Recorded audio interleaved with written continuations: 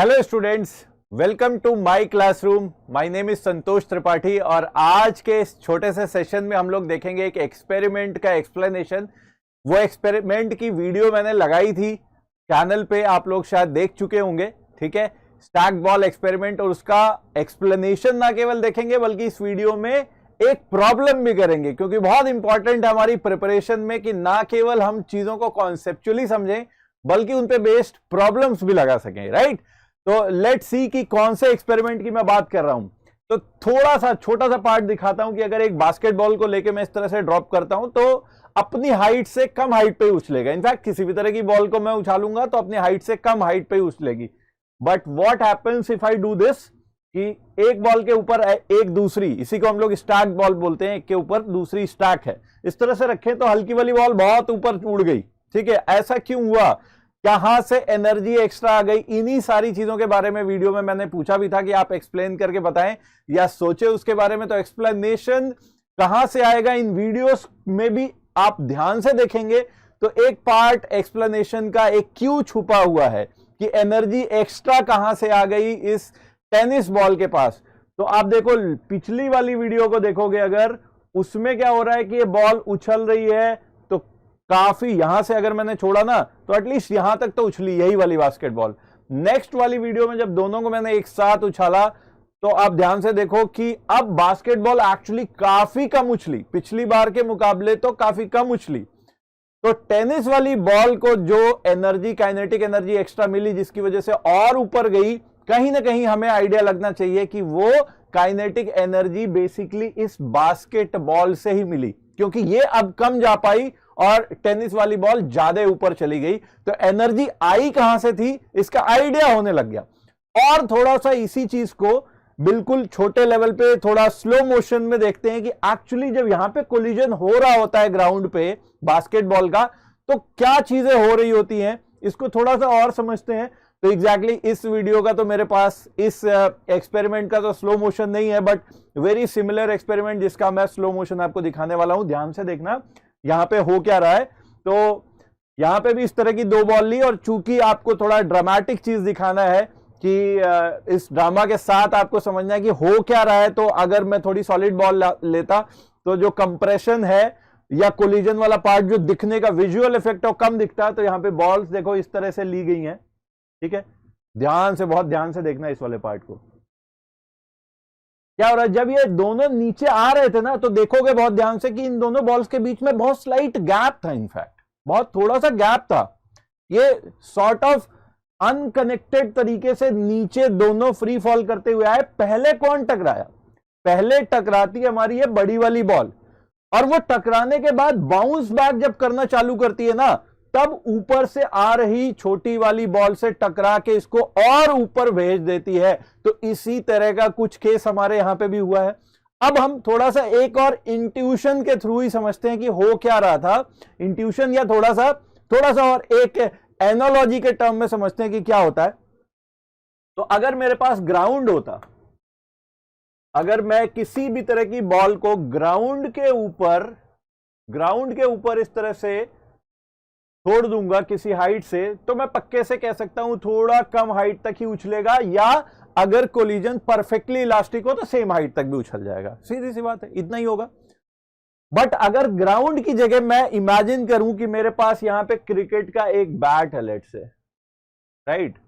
से क्रिकेट का एक मेरे पास बैट है, इस तरह से हाथ में मैंने बल्ला ले रखा है, इसके ऊपर मेरा दोस्त बॉल छोड़ता है और मैं जो है बैट को नीचे से ऐसे ऊपर लेके जा रहा हूं, मोशन में हूं, मतलब नीचे से ऐसे ऊपर लेके जा रहा हूं। अगर ये बैट की कुछ वेलोसिटी होती तो क्या अब आप इमेजिन कर पा रहे हो कि ये बॉल टकराने के बाद अपनी हाइट से ऊपर हाइट तक चली जाती, चाहे कोलिजन परफेक्टली इलास्टिक ना भी हो, उस केस में भी ऐसा पॉसिबल था। इनफैक्ट जितनी ज्यादा वेलोसिटी आप इस बैट की रखोगे, जितना ज्यादा तेजी से इसको आप ऊपर की तरफ लेके जाओगे, उतनी ज्यादा हाइट तक ये बॉल चल के चली जाएगी। अच्छा, तो इस वाले केस में हुआ क्या कि ये बॉल की, ये जो बैट की वजह से जो कांटेक्ट फोर्स है, जो नॉर्मल रिएक्शन फोर्स लग रहा है, वो जितनी छोटे से छोटे टाइम तक नॉर्मल रिएक्शन फोर्स भी लगा, उतने छोटे से टाइम में कांटेक्ट बना रहा, लेकिन ये थोड़ा सा बैट और ऊपर भी चला गया। तो देखो बैट ऊपर चला गया यानी कि displacement, however small this displacement delta x is, कुछ ना कुछ डिस्प्लेसमेंट हो गई इस बॉल की, और उसके ऊपर जो रिएक्शन का फोर्स लग रहा था बैट से वो भी बहुत बड़ा था, तो उसने कुछ वर्क कर डाला। अनलाइक ग्राउंड, ग्राउंड पे अगर एक बॉल आके टकराती है तो जिस जगह पे ये ग्राउंड नॉर्मल रिएक्शन इस बॉल पे लगाता है वो वाला पॉइंट देखो अपनी जगह से टच से मस नहीं होता, क्योंकि ग्राउंड भी हिल नहीं रहा है। तो इस केस में work done by normal reaction which is applied by the ground was zero. तो काइनेटिक एनर्जी किसी तरह से ग्राउंड अपने से ट्रांसफर नहीं कर पा रहा, वर्क नहीं कर पा रहा। बट ये बैट, चलता हुआ बैट जब मारेगा इस बॉल को तो थोड़े से थोड़े टाइम का ही चाहे कांटेक्ट हो, उतनी देर में ये बैट भी, पॉइंट ऑफ कांटेक्ट भी ऊपर गया, यानी कि वर्क डन कुछ हुआ, और उस वर्क डन की वजह से एक्स्ट्रा काइनेटिक एनर्जी इस बॉल को आ गई। बिल्कुल सिमिलर हुआ केस यहां पे भी, जो हमारा एक्सपेरिमेंट था इसमें भी आप इमेजिन यही करना है आपको कि जो नीचे वाली बड़ी वाली बॉल है it is just like a bat, है ना, ये ग्राउंड से टकराने के बाद ऊपर की तरफ जा रही थी और इसने हल्की वाली बॉल को जो कि नीचे की तरफ आ रही थी उसको मारा जोर से, और छोटी वाली बॉल अपनी हाइट से, ओरिजिनल हाइट जहां से भी आ रही थी उससे भी ज्यादा हाइट तक उछल के चली गई। तो this was the explanation. I hope आप लोगों को बढ़िया से समझ में आया सारी चीजें। अब एक प्रॉब्लम ले लेते हैं, ठीक है, थोड़ी अप्रोक्सीमेशन लेंगे क्योंकि प्रॉब्लम्स को सॉल्व भी करना है हमें सिंपल से सिंपल तरीकों से, तो बहुत लंबा कैलकुलेशन में ना उलझा जाए, इसलिए अप्रोक्सीमेशंस देखो क्या ले लिए हैं कि अब जो मैंने बास्केटबॉल ली है उसके मास को टेनिस के बॉल की मास से बहुत ज्यादा मान लिया है। Capital M, where capital M is the mass of basketball, is much greater than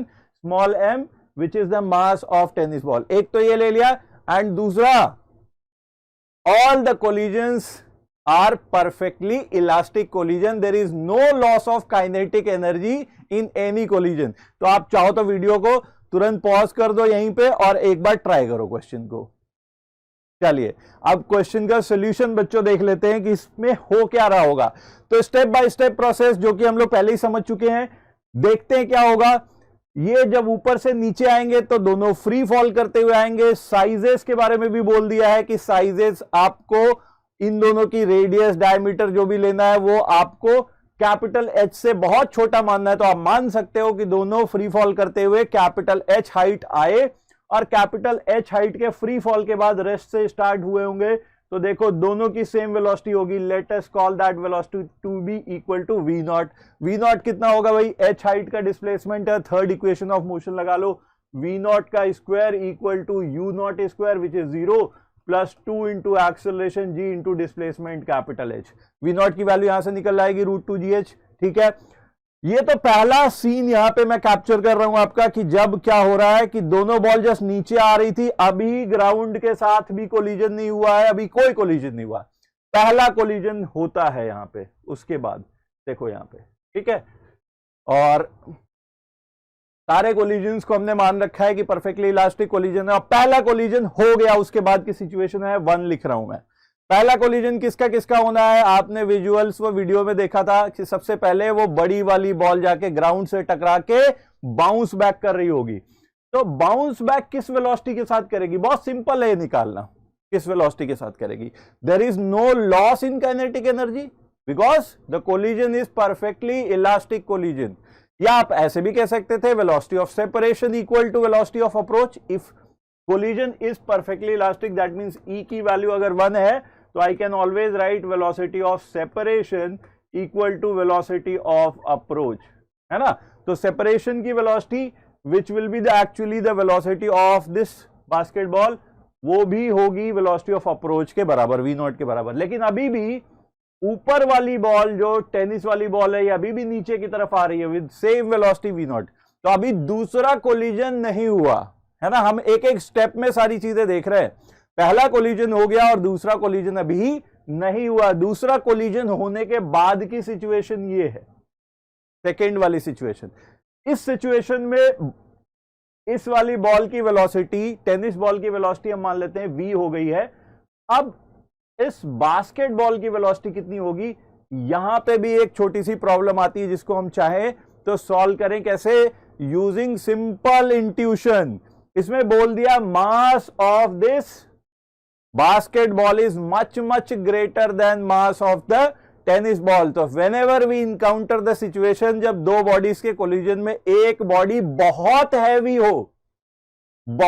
हो, मासेस इनकंपेरेबली लार्ज हो, उस केस में हम लोग बोलते हैं कि there will be no change in the velocity. है तो वही बात हो गई ना कि एक ट्रक चलता हुआ जा रहा है, बहुत भारी सा ट्रक, उसको आप एक छोटी सी बॉल लेके मार दो तो क्या ट्रक का मोमेंटम बदल जाएगा, क्या उसकी डायरेक्शन और वेलोसिटी बदल जाएगी, 40 की स्पीड से चलने की जगह क्या वो 30 की स्पीड से चलने लग जाएगी, ऐसा तो नहीं होने वाला है ना। तो जो भारी चीज है उसकी वेलोसिटी में कोई फर्क नहीं पड़ेगा, जैसा कि इससे पहले भी हुआ। देखो ग्राउंड भी तो एक भारी चीज है जिसको हम देख नहीं रहे, बस एक लाइन बनाई हुई है। ग्राउंड यानी कि अर्थ के ऊपर बॉल जब टकराती है तो क्या आप बोलते हो कि अर्थ भी थोड़ा नीचे चली जाएगी, धंस जाएगी, अर्थ को भी कुछ वेलोसिटी मिल जाएगी? नहीं यार, बहुत बड़ी वेलोसिटी, बहुत ज्यादा मास है अर्थ का, कोई फर्क नहीं पड़ता उसको। तो ऑलमोस्ट सिमिलर सी सिचुएशन यहां पे भी आपको दे दी गई। तो आप फिर से कहोगे कि even after the collision the velocity of the basketball will not change, it will remain same as v naught. सिर्फ इस टेनिस बॉल की वेलोसिटी चेंज हो गई, वो हो गई लेट से v। अब वो v कैसे निकालोगे, तो फिर से देखो सेकेंड कोलिजन में आफ्टर द कोलिजन वाली ये सिचुएशन है, बिफोर द कोलिजन वाली ये सिचुएशन है। तो for the second collision, for the second collision velocity of approach अगर देखोगे तो दोनों बॉल एक दूसरे की तरफ जा रही थी, कितनी वेलोसिटी से, v नॉट से। तो वेलोसिटी ऑफ अप्रोच क्या करना पड़ेगा, जोड़ना पड़ेगा, तो that will be 2v not. और वेलोसिटी ऑफ सेपरेशन देखोगे तो ऊपर वाली बॉल नीचे वाली बॉल के रिस्पेक्ट में कितनी वेलोसिटी से जा रही है, v माइनस v नॉट। और फिर से हम यहां पे लगा देंगे वही कहानी कि collision is perfectly elastic, that means velocity of separation equal to velocity of approach, that means v minus v naught equal to 2v naught। यहां से v की वैल्यू आ गई कितनी, 3v naught।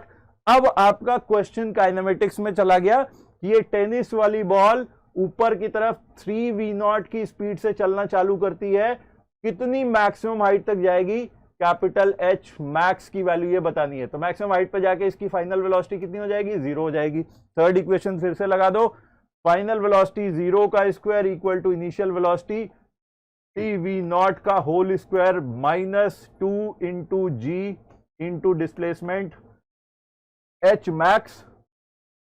यहां से h मैक्स की वैल्यू सॉल्व करके आ गई 9v naught square, 9v naught square by 2g।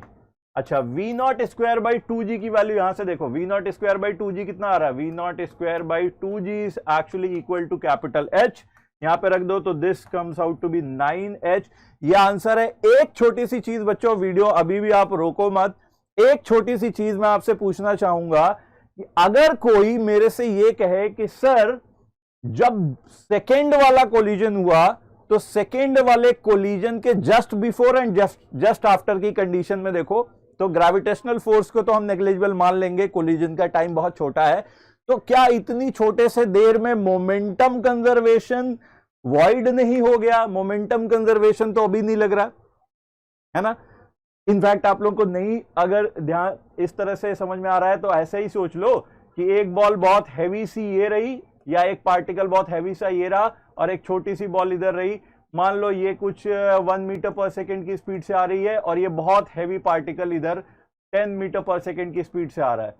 अब कोलिजन होता है तो मैंने अभी आपको बताया कि बहुत हैवी चीज की वेलोसिटी में कोई चेंज तो हम नहीं मानते, तो 10 मीटर पर सेकेंड ही रहेगा। ये वाली बॉल अब राइट में जाने की जगह लेफ्ट जाने लग जाएगी। और मान लो कि सिस्टम के बाहर से कोई भी फोर्स नहीं है, तो हॉरिजॉन्टल भी नहीं है, सीधा दिख रहा है। पूरे सिस्टम के लिए मोमेंटम कंजर्वेशन जो कि हमेशा हमारा लगता होता था, वो इस केस में फेल हो रहा है, क्योंकि एक पार्टिकल का मोमेंटम में कोई फर्क नहीं, हैवी वाला जिस वेलोसिटी से जा रहा है उसी वेलोसिटी से जा रहा है, बट लाइट वाले की, लाइट पार्टिकल, हल्के पार्टिकल की वेलोसिटी में सडनली चेंज आ गया, तो मोमेंटम में भी चेंज आ गया। तो ऐसा क्यों हुआ कि सिस्टम का टोटल मोमेंटम चेंज हो गया? तो अगेन ये नहीं कहना आपको कि momentum conservation is not applicable in this situation. Momentum conservation is of course applicable.